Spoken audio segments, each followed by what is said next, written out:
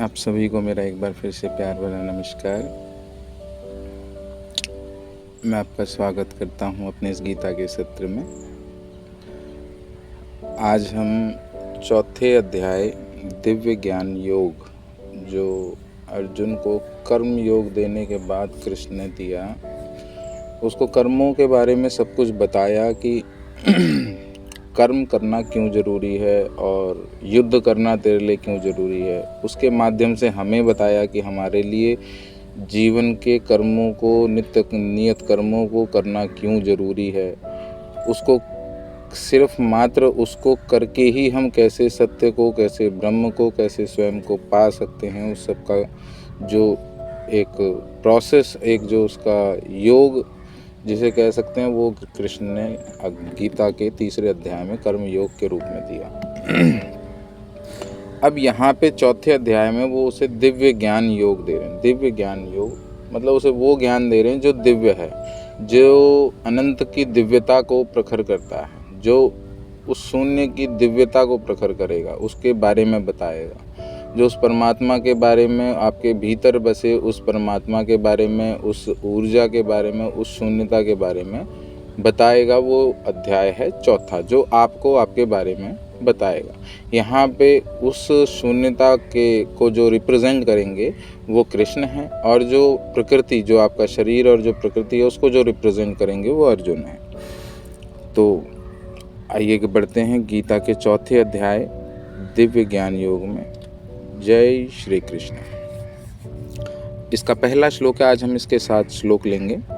पहला श्लोक है इसका, इमं विवस्वते योगम प्रोक्तवान अहम अव्ययम विवस्वान मनवे प्राह मनु इक्ष्वाक्वे अब्रवीत।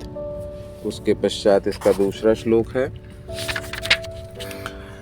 एवं परंपरा प्राप्तम इमं राजऋषयः विदुः स कालेन इह महता योगम नष्ट परंतपः। तीसरा श्लोक है, एवं सह एवं अयम मया ते अद योगः प्रोक्तः पुरातनः भक्तः असि मे सखा च इति रहस्यम ही एतत् उत्तमम्। चौथा श्लोक है, अपरम भवतो जन्म परम जन्म विवस्वतः कथम एतत् विजानीयाम त्वम आदौ प्रोक्तवान इति। पांचवा श्लोक है, श्री भगवानुवाचः बहूनि ते व्यातीतानि जन्मानि तव चार्जुन तान्याहं वेद सर्वाणि न त्वं वेत्थत परंतपः।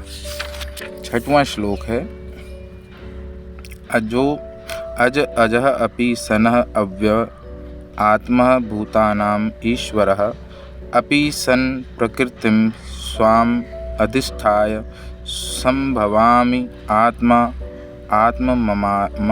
मामयया। सातवां श्लोक है, यदा यदा हि धर्मस्य ग्लानिर्भवति भारत अभ्युत्थानमधर्मस्य तदात्मानं सृजाम्यहम्।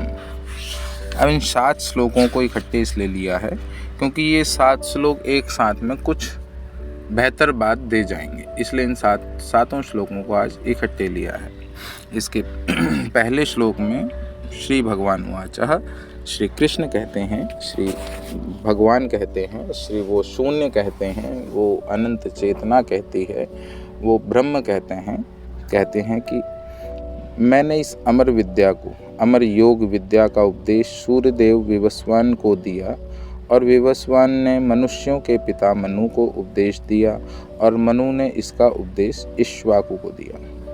अब यहाँ पे जो कृष्ण हैं, कृष्ण रूपी जो ब्रह्म है, वो इस ज्ञान का जो स्रोत धीरे धीरे एक एक करके किसको कैसे कैसे प्राप्त हुआ उसके बारे में बता रहे हैं। तो वो कहते हैं कि पहले ये जो ज्ञान है सबसे सर्वप्रथम सूर्य ने पाया, मैंने पाया, मैंने दिया से यहाँ पे उनका जो तात्पर्य है, वो तात्पर्य यह है कि ब्रह्म रूप में उसको सूर्य को ब्रह्म का ज्ञान ब्रह्म ने ही दिया था। तो इसलिए उन्होंने कहा कि उस समय सूर्य को मैंने ब्रह्म रूप में ये ज्ञान दिया, ये योग विद्या का ज्ञान, इसी योग विद्या का ज्ञान दिया। फिर सूर्य से इसी ब्रह्म रूप में मनु ने पाया था, मनु से इसी ज्ञान को ब्रह्म रूप में इक्ष्वाकु ने पाया था, क्योंकि इस ज्ञान को पाने के लिए ब्रह्म रूप में पाने वाला ब्रह्म रूप में ही हो जाता है। तो इस यहाँ पे कृष्ण ये बता रहे हैं कि उन्होंने ये जो अमर विद्या, ये जो योग का जो ज्ञान है, ये एक एक करके किसको कैसे कैसे दिया। अब इस पे अर्जुन की ये जो कहा है, इस पे अर्जुन की शंकाएं उपजेंगी, वो आगे उपजेंगी। इसके बाद अगले श्लोक में अर्जुन ने जो कृष्ण कहते हैं, वो कहते हैं कि इस प्रकार यह परम विज्ञान गुरु परंपरा द्वारा प्राप्त किया गया और राज ऋषियों ने इसी विधि से इसे समझा, किंतु कालक्रम में यह परंपरा छिन्न हो गई, अतः यह विज्ञान यथारूप से लुप्त हो गया लगता है। तो अब यहाँ पे कृष्ण अर्जुन को ये बता रहे हैं कि ये जो मैंने ज्ञान, ये जो ब्रह्म से जो ज्ञान अर्जुन को ब्रह्म से जो ज्ञान सूर्य को मिला, सूर्य से मनु को मिला, मनु से इक्ष्वाकु को मिला, इक्ष्वाकु से ये आगे को चलता रहा, लेकिन ये जो ज्ञान चला, ये आगे जिसने लिया उसमें जितनी वासनाएं बच गई थी, उसने उसके अंतर्गत इस ज्ञान को लिया, लेते लेते ये ज्ञान भी दूषित होता रहा और कालक्रम में यह पूरी परंपरा छिन्न हो गई और इसकी जगह पे आडंबरों ने और कर्मकांडों ने और सारी वासनाओं ने इसकी जगह ले ली और ये ज्ञान लुप्त हो गया। यही यहाँ पे कृष्ण दूसरे श्लोक में उनको बता रहे हैं कि ये ज्ञान किस तरीके से लुप्त होता है, जो ब्रह्म का ज्ञान है वो लुप्त किस तरीके से होता है। वो यही बता रहे हैं कि धीरे धीरे जब ये गुरु शिष्य परंपरा से आगे चलता है, तो गुरु देने वाला तो दे रहा है, लेकिन लेने वाला शिष्य किन वासनाओं के अभिभूत होकर उसको ले रहा है, वो ज्ञान उन वासनाओं के अंतर्गत उतना दूषित हो गया अगली पीढ़ी के लिए। तो धीरे धीरे कालखंड में ये ज्ञान, ये ब्रह्म का ज्ञान दूषित होता चला आता है। उसके बाद वो बता रहे हैं, आज मेरे द्वारा वही यह प्राचीन योग यानी परमेश्वर के साथ अपने संबंध का विज्ञान तुमसे कहा जा रहा है, क्योंकि तुम मेरे भक्त मित्र हो, अतः तुम इस विज्ञान के दिव्य रहस्य को समझ सकते हो। अब कृष्ण उसे अर्जुन को समझा रहे हैं कि मैं आज वही ज्ञान, जब मैंने इस रूप में ब्रह्म की प्राप्ति करके मैं वही उसको जान के, मैं आज वही ज्ञान तुम्हें ब्रह्म रूप में तुम्हें दे रहा हूँ। क्यों दे रहा हूँ? और वो ज्ञान क्या है? वो ज्ञान है तुम्हारे अंदर बैठे उस परमात्मा से, उस परम से, उस चेतना से साक्षात्कार होना, उससे संबंध जुड़ने का जो योग है, वो ज्ञान मैं तुम्हें दे रहा हूँ। और क्योंकि तुम मेरे मित्र भी हो, मेरे भक्त भी हो, और इस ज्ञान को जानने लायक तुम में ऊर्जा और शक्ति भी है कि तुम इस ज्ञान को जान के परिणित कर सकते हो, इसलिए तुम इसके लायक भी हो। इसलिए मैं तुम्हें ये सब ज्ञान, कर्म योग, सांख्य योग, दिव्य ज्ञान योग, ये मैं इसलिए तुम्हें, और आगे भी कई योग मैं इसीलिए तुम्हें दूंगा। तो इस पे अब अर्जुन एक सवाल उठाते हैं। अर्जुन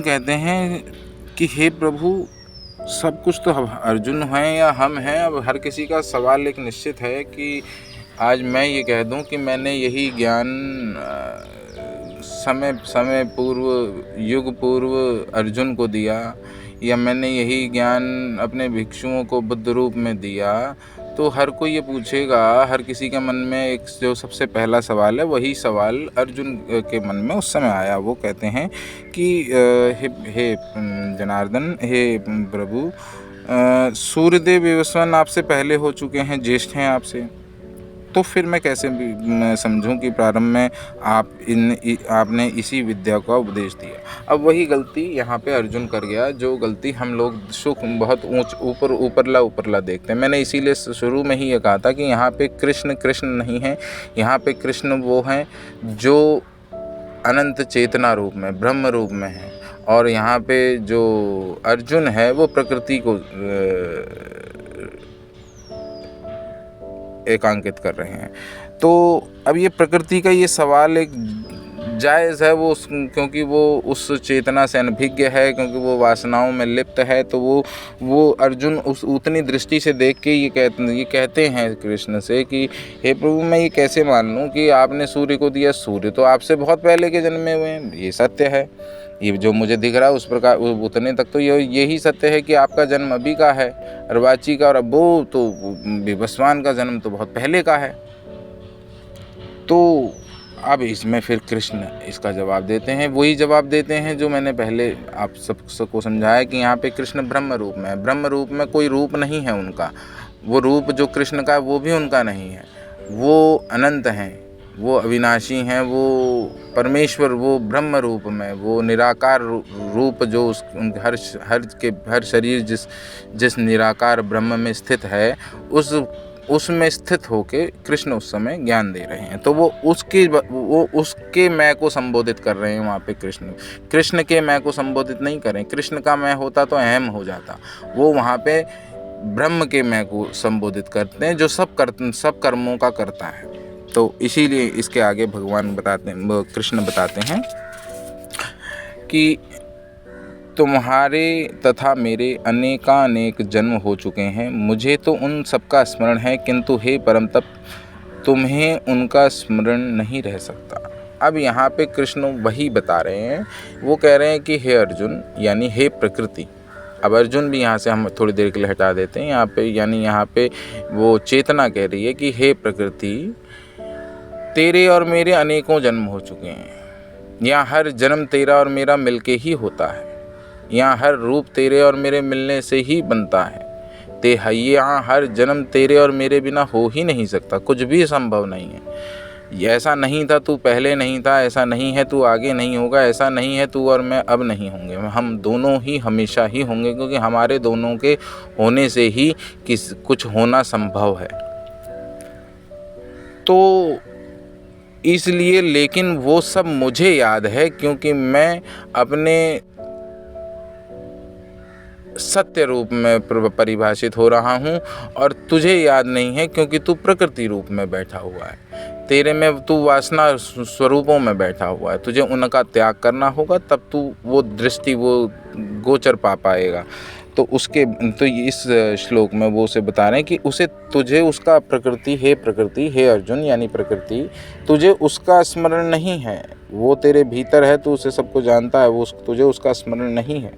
किंतु मैं, यानी जो भी ब्रह्म रूप में स्थित होता है, उसको इन सब चीज़ों का स्मरण होता है। यहाँ पे वो ये जानता है कि ये हर जन्म तेरा और मेरा ही हो रहा है, इसमें कोई दूसरा नहीं है। इस सत्य को वो भली भांति जानता है। तो इसके आगे भगवान श्री कृष्ण अर्जुन को समझाते हैं। वो कहते हैं कि यद्यपि मैं अजन्मा तथा अविनाशी हूँ और यद्यपि मैं समस्त जीवों का स्वामी हूँ, तो भी प्रत्येक युग में अपने आदि दिव्य रूप में प्रकट होता हूँ। अब वो कह रहे हैं, क्या कह रहे हैं, देखो यहाँ पे समझना पड़ेगा। अगर वो कृष्ण होते तो वो ये नहीं कह सकते कि मैं अजन्मा तथा अविनाशी हूँ। कृष्ण होते तो वो ये नहीं कह पाते। वो ब्रह्म हैं जो अजन्मा है। ब्रह्म का, उस निराकार का कहीं जन्म थोड़ी ना है। अविनाशी, उसका कोई नाश थोड़ी ना कर सकता, उसका कोई नाश नहीं है। और फिर भी वो कहते हैं कि मैं समस्त जीवों का स्वामी हूँ। क्योंकि समस्त जीवों का स्वामी इसलिए हूँ क्योंकि जब वो अविनाशी इस शरीर को छोड़ता है तो ये शरीर फिर किसी काम का नहीं रहता, इसे जला दिया जाता है। इसीलिए वो कह रहे हैं मैं समस्त जीवों का स्वामी भी हूँ। तो भी मैं प्रत्येक युग में, तब भी स्वामी होने के बावजूद भी मैं प्रत्येक युग में अपने आदि दिव्य रूप में प्रकट जरूर होता हूँ। क्योंकि अब क्यों प्रकट होता हूँ उसके लिए वो अगले श्लोकों में जैसे वो बताते हैं कि धर्म की जब जब हानि होगी तब मैं उस शांत अवस्था से हटूँगा और मैं किसी भी रूप में प्रकट हो जाऊँगा। वो रूप अपने आप दिव्य हो जाएगा, उसमें तेज अपने आप आ जाएगा, जिसमें मैं प्रकट होऊंगा, जिसमें मैं ब्रह्म को जानूंगा, जो ब्रह्म को जान पाएगा, जिसमें जो ब्रह्म में स्थित हो पाएगा, वो मेरा रूप होगा। उस रूप में मैं परिभाषित होऊंगा और फिर से धर्म की बुनियाद रखूंगा। जिस समय धर्म की जैसी हानि होगी मैं वैसा रूप लूँगा, वैसा आकार लूँगा, वैसे विचार लूँगा। ना मैं किसी विचारों से, मैं हर विचारों से परे हूँ, मैं हर शब्दों से परे हूँ, मैं हर चीज़ों से परे हूँ। ये अर्जुन को वो बताते हैं कि मुझे इन सब जन्मों से परे, मैं इन सब जन्मों से परे हूँ और फिर भी मुझे धर्म की हानि को बचाने के लिए हर समय, हर युग में अपने किसी न किसी रूप में प्रकट होना ही पड़ता है। बाकी सब रूपों में भी मैं ही हूँ और मैं उन सब रूपों में सुप्त अवस्था में आनंद में हूँ। मैं सुप्त अवस्था में हूँ, लेकिन मैं हूँ। मेरे होने का यही प्रमाण है कि तुम हो। जब तक तुम हो तो मैं तब तक भी हूँ, जब तुम नहीं भी होगे मैं तब भी हूँगा। कि प्रकृति अगर अपना स्वरूप बदल भी दे तो भी वो अनंत वैसा का वैसा ही रहेगा। इसीलिए वही अनंत सत्य है, बाकी सब असत्य हैं। अगले में वो यही कह रहे हैं कि हे भरतवंशी, जब भी और जहाँ भी धर्म का पतन होता है और अधर्म की प्रधानता होने लगती है, तब मैं अवतार लेता हूँ, तब मैं प्रकट होता हूँ। अब यहाँ पे प्रकट उन्होंने कहा सृजाम्य हम, उन्होंने कहा सृजाम्य हम, मैं तब प्रकट होता हूँ। हमने उस प्रकट को अवतार बना दिया। अवतार तो कुछ नहीं होते, वो प्रकट होते हैं। वो अलग अलग रूपों में जब जहाँ जैसी ज़रूरत होती है। आज धर्म की जैसी हानि हो रखी होगी, आज धर्म की जिस हिसाब की हानि होगी, आज धर्म में जिस हिसाब के बंधन होंगे, वो उन्हीं परिस्थितियों से किसी रूप को चुनौतियाँ देगा और जो उन चुनौतियों को पूरे सत्य भाव के परिप्रेक्ष्य से सॉल्व करता हुआ, झेलता हुआ, उन सब परेशानियों में सत्य भाव रखते हुए आगे बढ़ेगा और उन सब को पार करके आ जाएगा। वो उसी रूप में वो ब्रह्म प्रकट होकर इस संसार में धर्म की स्थापना करने लगता है। उसे ही हम कई कालांतर बाद अवतार और भगवान कह देते हैं। वो हैं उस लायक, वो हैं, उनके कर्म हैं उस लायक, हम उन्हें भगवान भी कह सकें, वो हैं उस लायक। उन्होंने वो कर्म किए हैं, लेकिन वो हमें उस शरीर को नहीं, उन कर्मों को, उन चरित्र को, रामचरित्र को हमें महत्वता देनी चाहिए अपने जीवन में। हमें उस रूप से ज़्यादा उस चरित्र को महत्वता देनी चाहिए। जब आप उस चरित्र को महत्वता देंगे तो उस रूप के प्रति आपको अपने आप कृतज्ञता आ जाएगी, क्योंकि वैसा चरित्र जिस रूप ने निभाया, उस रूप को वैसे ही कोटि कोटि बारंबार प्रणाम आपके दिल से निकलेंगे।